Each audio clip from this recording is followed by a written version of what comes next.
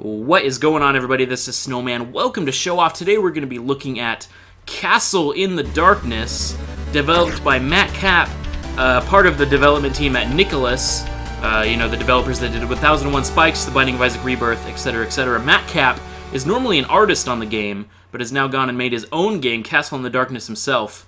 We're going to dive right in. I'm going to start a new game just to kind of show off the game here a bit, but normally he's an artist, but he did all the work himself here, or at least most of it. He did all the coding and everything himself, so that's kind of cool. This was basically a side project of Matt Kap's here in Nicalis. I can give you the TLDR of the story here. Basically, King gets ill, everyone's got to defend the castle, but then enemies attack. There's Princess Isabella, Princess Isabella. Monsters attack, all the guards die except for one, and we're the last guard that has to defend the castle, basically. It's the general premise. Castle in the Darkness is a Metroidvania platformer, old school. I will say right off the bat, the music is probably my favorite part of the whole game. I mean, you can just listen to that and you're like, this is awesome. Good music, man. And it really is. It's got that just like melodic rock chiptune thing going on, and I really enjoy that. So here we are. This is the gist of the game here. I kind of wanted to dive in before I started talking about impressions and such, but it is your basic, pixel art platformer. You can save people. Oh, I saved that lady and gave me her money. Excellent. You do need money to buy upgrades and such.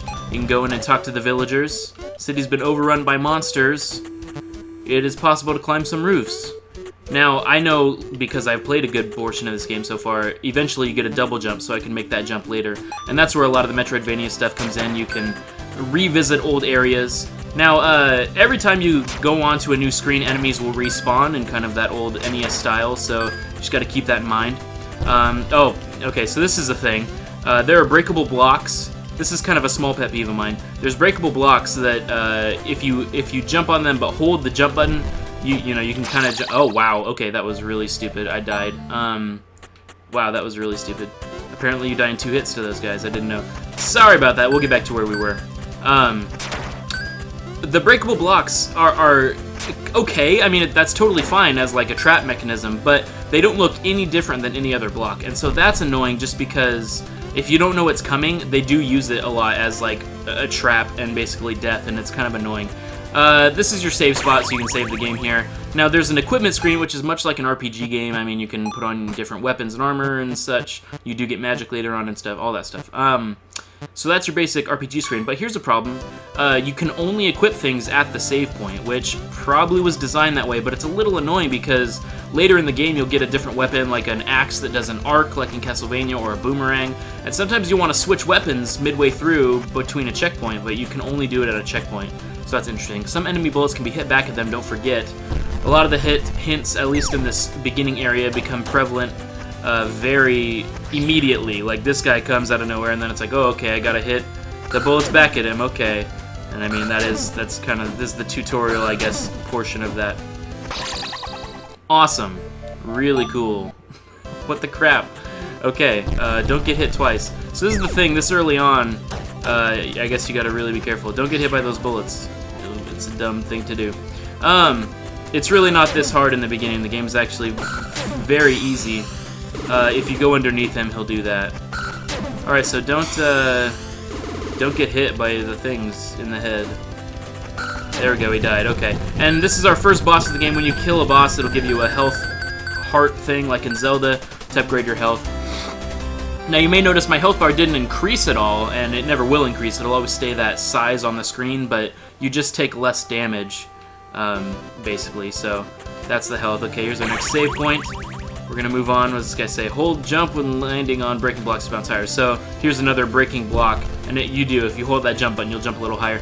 These are instant death spikes, though. So as you might expect in, games that are inspired by this NES era, they have lots of instant death spikes, which is kind of a pet peeve of mine. I'm not a fan at all of instant death spikes.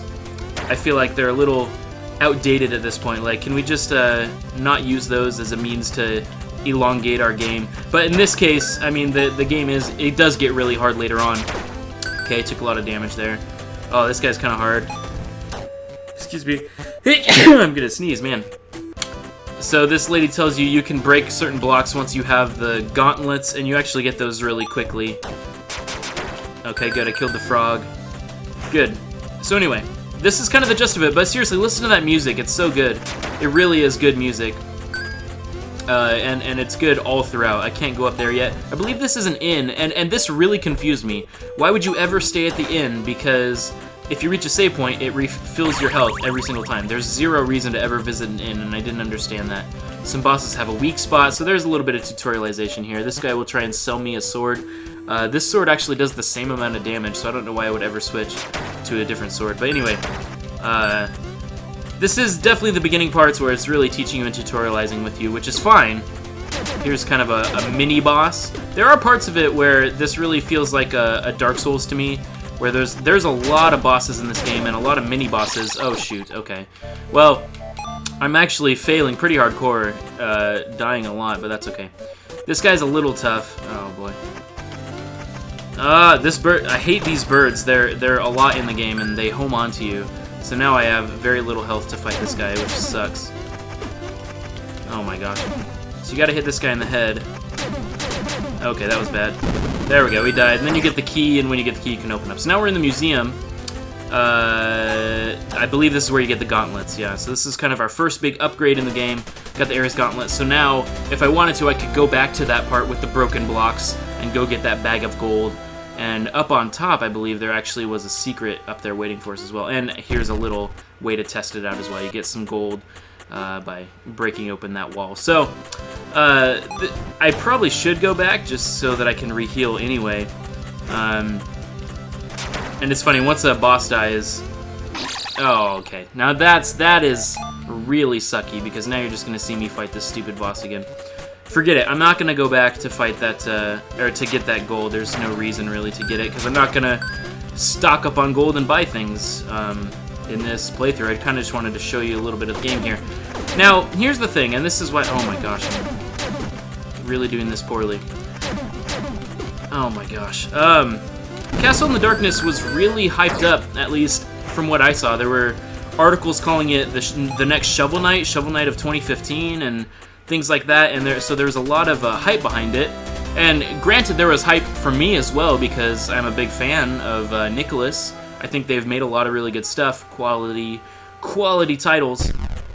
But my first impressions, honestly, I'm not really impressed with Castle in the Darkness. I mean, I think the first bit is just that it doesn't really do much in the innovation standpoint. Like, I've seen nothing of it so far. That, oh, also just like straight up Mario pipe out of Mario. Don't enter the sewer pipes, and really you don't want to, because then you'll die. I'll show you after. Oh shoot, I have no health. This is a bad situation. I'm gonna die.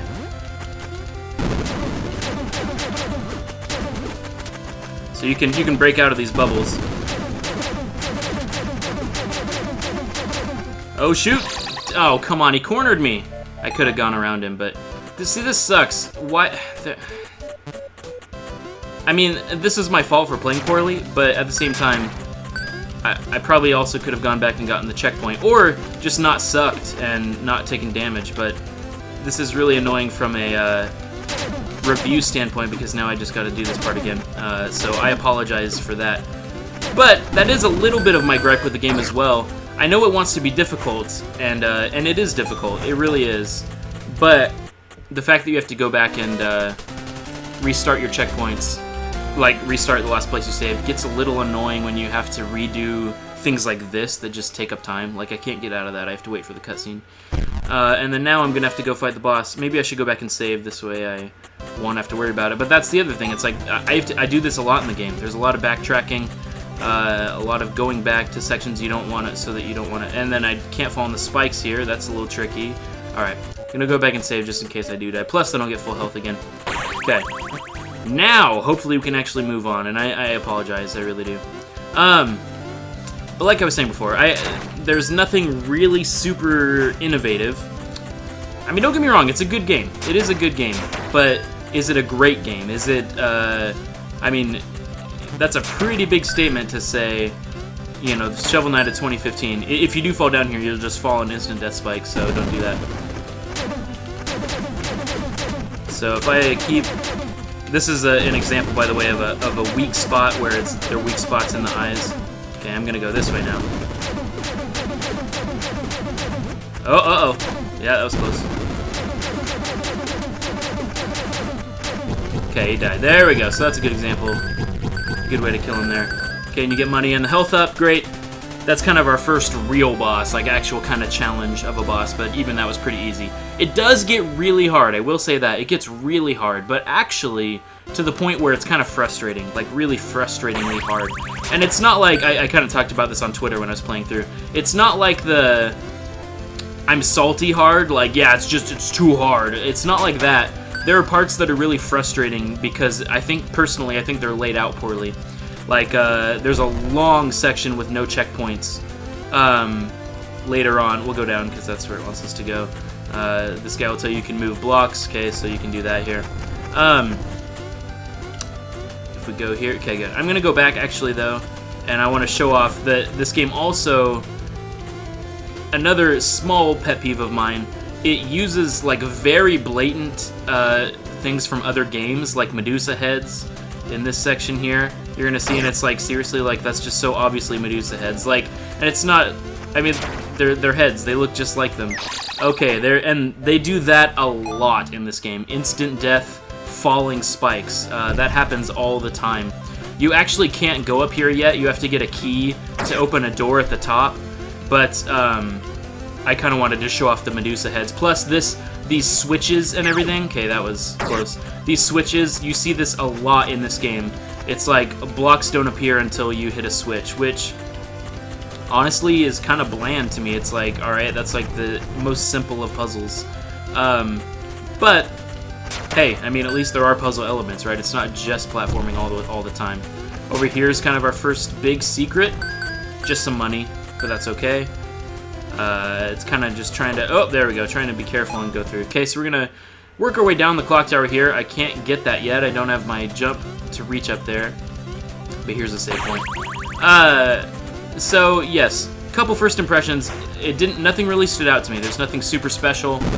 I didn't like that there are a lot of really blatant, like, uses of other games' properties. I can't go through there yet. I don't have the key. But, like, so that was one. Oh, here's just, like, this just made me laugh, because it's like, is this Simon Belmont? Is this, like, what he looks like now? Old man Simon Belmont with his whip? It just made me laugh. And maybe they are nods to that. And you know, there is a thing to be said about, you know, nods to other games, for sure. But in this case, like, isn't this guy, this is from, like, Ghouls and Ghosts? Kind of like that. Anyway, but there are some very blatant, exact enemies. In fact, later on, and if you play the game, you'll know what I'm talking about. You go into this cave later on, and there's an enemy that looks identical. Like, it's not even like a nod. It looks identical to the little creepy crawly things in Metroid that, like, are spiky and they cling on to the walls and stuff. It looks exactly like it, and it's one thing to be like, oh, okay, that behaves the same way, but in that case, okay, this boss should actually be pretty easy. Look at me owning him there. That was super easy. Another boss, I think we'll get some health for that one, yep. So you get a health pretty much every boss. There are a couple exceptions, but there are mini bosses too, like the guy in front of that gate that I died to over and over. So anyway, there's another example in a castle later on where there's an enemy that looks exactly like Thwomps from Mario. Like, it's exactly that. Clock tower. Oh, okay, so this guy gives me the clock tower T. So now I can go back to the top of the clock tower if I wanted to, and if I did, there is a boss waiting there, and if you do go up there and fight that boss, you can get some better armor. But that's some backtracking. In this particular case, I don't want to do that right now. I'm just going to kind of keep moving here. So, I think I'll get magic soon. The guy's going to give me magic. Oh, okay, I need to hit this switch to progress. Which I really don't have a problem with the switches as much, but it's kind of just the lack of variety. A lot of this stuff is kind of all the same. But the other main gripe I was saying earlier is I think it's unnecessarily hard. It's not that, like, there's a part later on where I was stuck. I died probably 70 times to one little jump, and it was just a too hard of a jump. Like, it was instant death spikes, and the real problem was that I had to backtrack about 2 minutes just to go back and try it again because there wasn't a save spot near it. This is a warp statue, but I don't have the ability yet. You get a warp stone after you complete about the second world, so then you can warp back to those areas, which is nice. It's good to have that to go back. Okay, it's dangerous to go alone. I got 1 penny, so great. More nods to other games, but a joke because I only got 1 penny. Now, we are reaching the final ascent here towards kind of our first real main boss, but I have really low health, so I'm going to try to be careful. I wish the warp statues could also be save points, though. I mean, they are once you have the ability to warp, but I guess they're not save points, but they are waiting for my daughter. So it's setting up a lot of stuff that comes later in the game. Okay, there's our save point. Good. But it heals you. I was gonna say the warp pillar. Once you can use it, does heal you. There's another example of that breaking block. If I didn't know that that broke, I would have died on those spikes. And the game does that a lot. Kind of cheap deaths, especially the falling spikes that kill you in 1 hit. Honestly, just if they weren't instant death spikes, it'd be fine. Here's an example of a mini boss that's really hard. Okay, but we lived somehow. Okay, good. Another save spot. Good. Now I think we are about to the boss. There's one pretty cool boss coming up. Yeah, this guy will give me magic, and then I can use magic to fight the boss. If you plan on going to the castle, you need the power of magic. Yes, please. Please accept this gift. So, I have some gripes. I have some gripes, especially with the hype attached to it. Like, everyone was calling it the next Shovel Knight, and honestly, it's really, really, really not. Don't get me wrong. I want to keep playing it. Like, I really enjoyed playing it so far. But I'm at the point right now in my own save file. Maybe I'll show you that. Here's another instant death spike if you're not being careful. I'll beat this boss and then I'll show you the my save file where I'm at. Here's where you can use magic to fight the enemy here. You have to wait until oh gosh, until your guy turns yellow. Oh, there we go. To shoot the thing, otherwise it won't shoot anything. Ah, okay, that was close. Those are basically his 2 attacks. He does that thing, and then the sword swipe, and each one is telegraphed and shows you where it's going to be. So you don't really have to watch out. But you got to kind of keep knocking him back, otherwise he'll corner you, basically. And then those blocks will fall where you're standing. This guy's pretty easy once you know his patterns, but I mean, that's, you know, and that part I do like. It's very Dark Souls in that regard, that it's like, once you learn the patterns, you can do just fine against them, and that's cool. That is cool.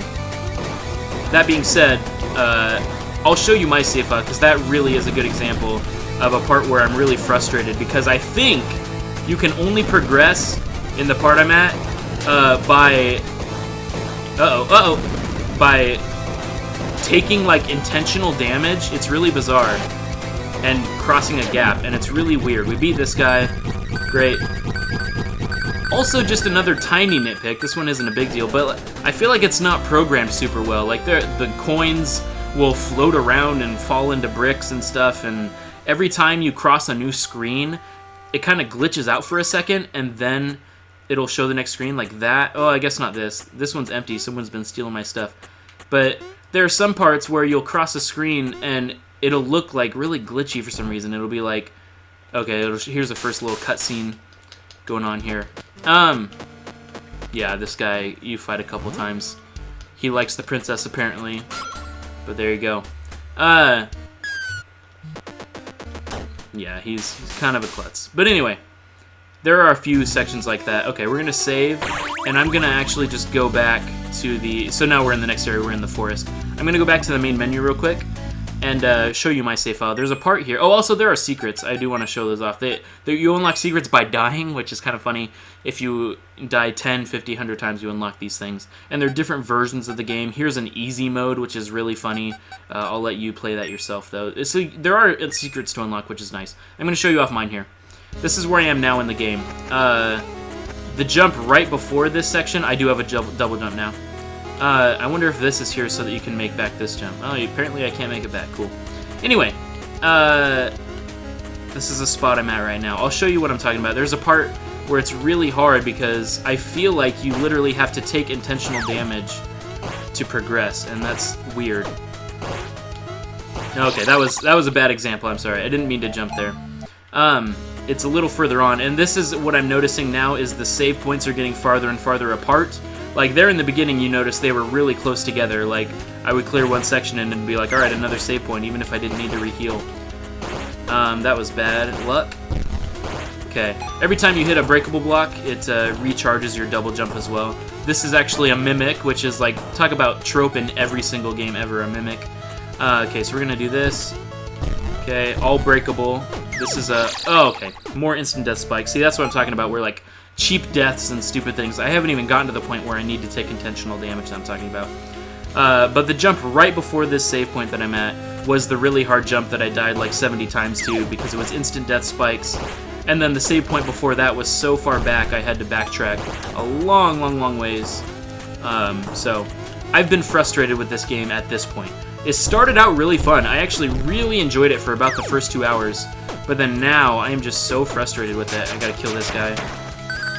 Okay, here's a... This is kind of a cool puzzle, though. So these buttons you press actually unpress themselves over time. So that was kind of a cool little situation where you have to wait for the spikes, but it'll go off as you're in the air there. That's kind of a cool little spot. Here's the part where you have to take intentional damage. To my knowledge, maybe I'm just totally missing something. I think you have to take intentional damage to cross this gap. You can't cross it regular, and maybe I'm supposed to come back once I have a different power-up, but what I think you need to do, oh, okay, I missed, is get hit by that beam and then cross that gap. And it's silly, and it's weird, and there is a lot of different... So I have the warp stone, right? I have the warp thing where I can go back to old areas, and I have more abilities now, like I can swim, I have a double jump, I can go back and get old things, but I'm nowhere near a warp thing. Like, a warp thing is way, way, way a long ways back. Plus, I can't even make it back anyway, so I can't go to a warp thing to go get other things. I'm stuck here right now, and to my knowledge, there is no way for me to cross that gap without taking intentional damage. And I can't do this part either yet. I can't even reach this. I can get up there, but then there's nothing else I can reach, so that's a dead end. We'll try it one more time just to kind of indulge you here. It's good if you have full health to try it, so I'll try that. But you can see the save points are getting a little farther spread apart. Okay, we're going to try this part. Oh, that was bad. Took bad damage there. That's okay. Again, though, music is amazing. Music's definitely the best part. But I definitely have a few gripes with it.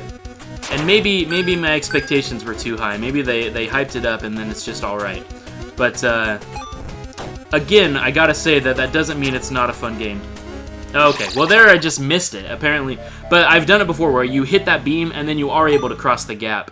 But then there's another giant gap, and it's really dumb. Like, if that's intentional that you need to take damage, I mean, that's kind of cool because I've never seen a game do that before, but it's also really dumb and just too hard. And so, I don't know. I haven't had trouble with the fighting sections. Like, it's not too hard in the, like, boss battles. That stuff is actually really fun because it's challenging and it's my fault if I die and all that stuff.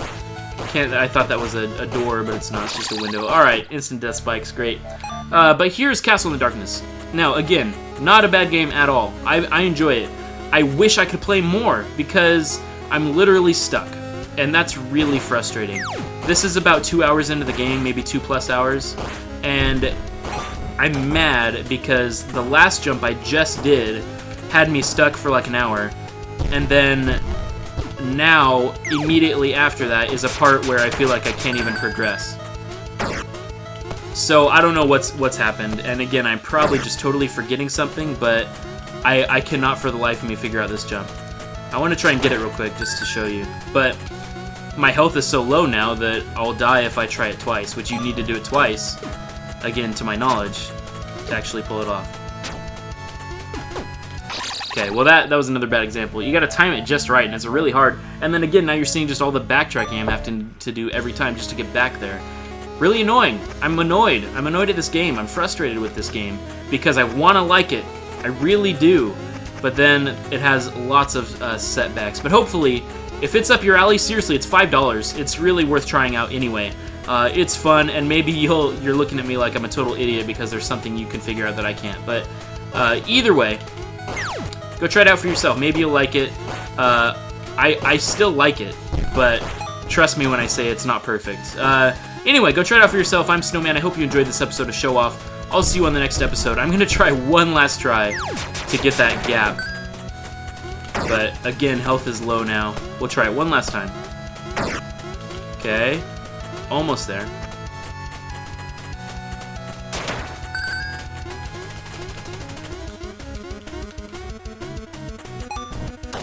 Okay. I'm just going to jump and try. Okay. That was too early. Cool! See you guys later. Bye-bye!